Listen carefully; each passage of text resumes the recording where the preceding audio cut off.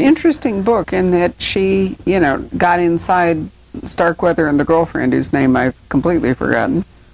And I should know that off the top of my head. But she really wrote the book from inside, from, you know, them. An insider's point of view. Yeah, from, you know, and it was more, if I remember right, the girl was probably the narrative point of view, and he was, you know, I mean, he talked and all the rest of it, but I think that you read the book from her perspective more than inside Charlie's head. And I believe that's correct. Then there was some other stuff going on. I can't remember now whether it was a Today thing looking back.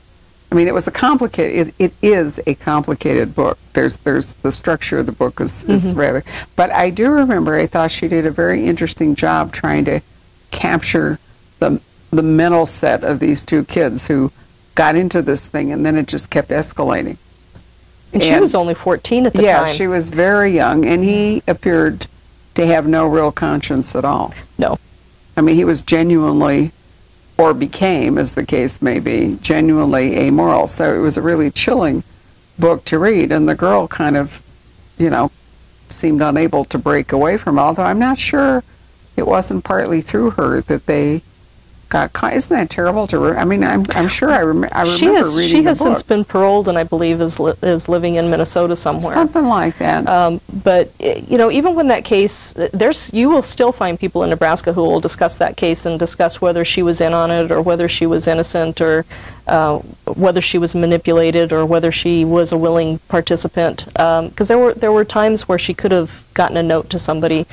But it's interesting because there are still people that sit down and discuss this. When I was doing the book tour, there was somebody that told me that there's still a group that are somehow connected to that case that get together like once a year and just talk about it. Isn't that amazing? It's kind of spooky in a way how something like that touches so many. And I found out that bank robbery that happened in Norfolk, because that was 2002, I believe, that left 5 people dead in Norfolk.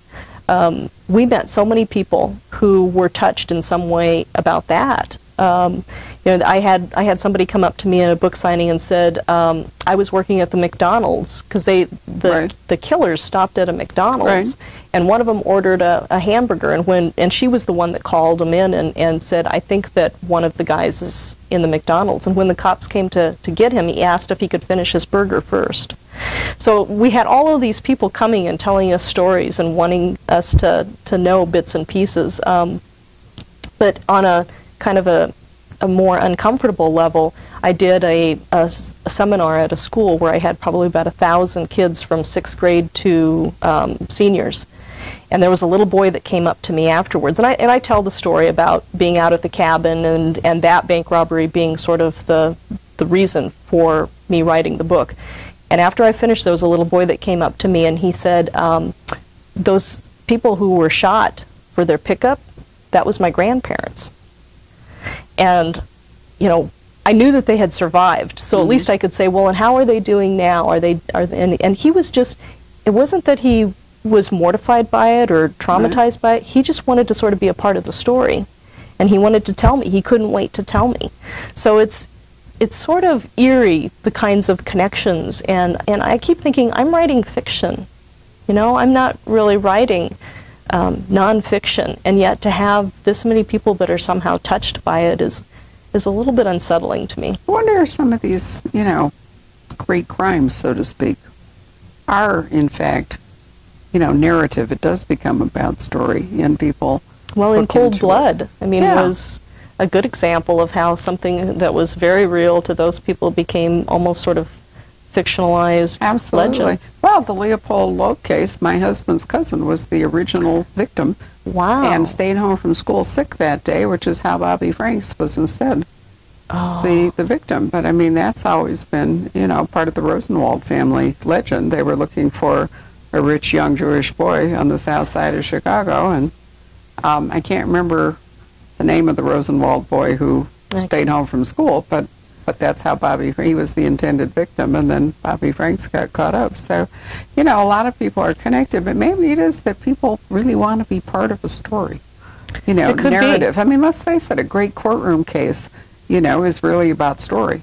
I mean, juries are swayed by, essentially, despite all the forensic evidence and everything else, ultimately the better storyteller. That's very true. Or the story they most prefer to believe is what wins out. And crimes where there was no real resolution of either the whole or some elements. I mean, did Lizzie Borden really kill her parents? You know, even the O.J. thing, which seems pretty clear, but nevertheless, there are always going to be some people who are going to. We're never going to know what happened to the little girl in Boulder, whose name was briefly escaping me. But you know, everybody wonders what really was going on with the kids at Columbine and all. I mean, so I think part of it is we always sort of like want to know the story, or some stories are so dramatic.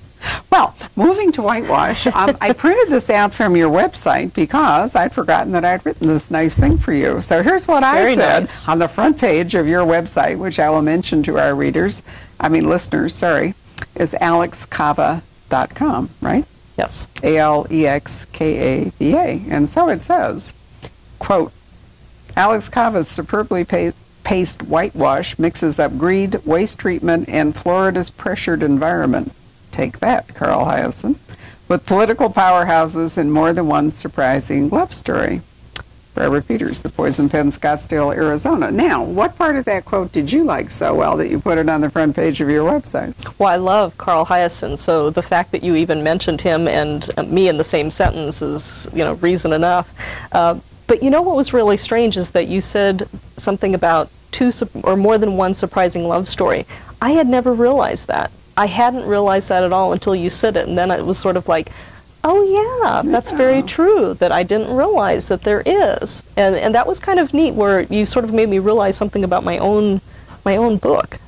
Well, I'm sure to hear that. I thought that was one of the really nice parts of the book. And oftentimes love stories don't really, you know, belong, and certainly in detective fiction they are not perhaps as common as they are in thrillers, where with thrillers they help to sort of texture everything. Sometimes, yes. But why were you in Fort Lauderdale doing this?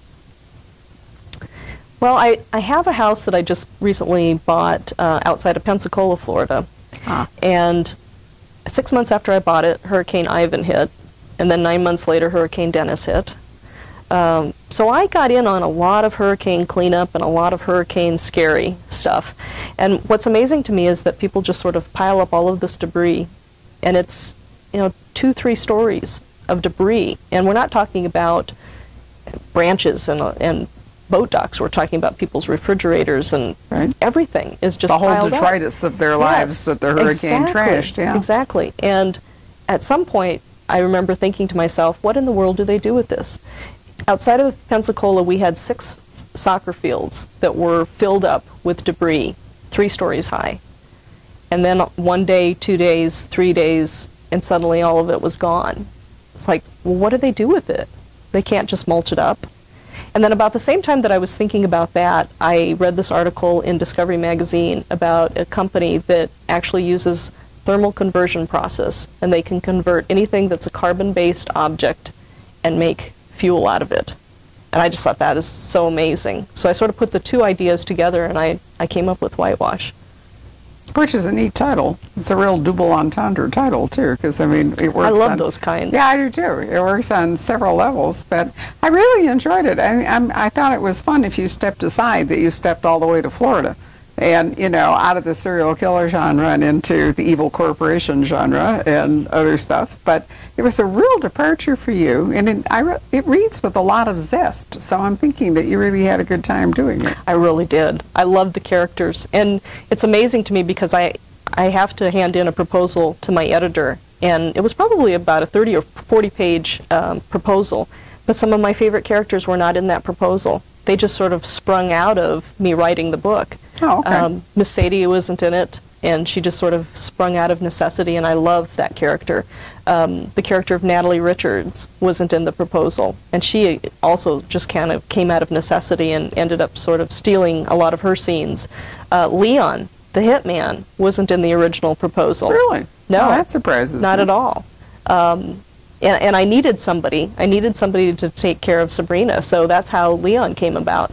But I had a lot of fun with the secondary characters. I just had a lot of fun, and the plot was sort of kind of ambitious in a way, but so much of it came from the characters that it was fun to do.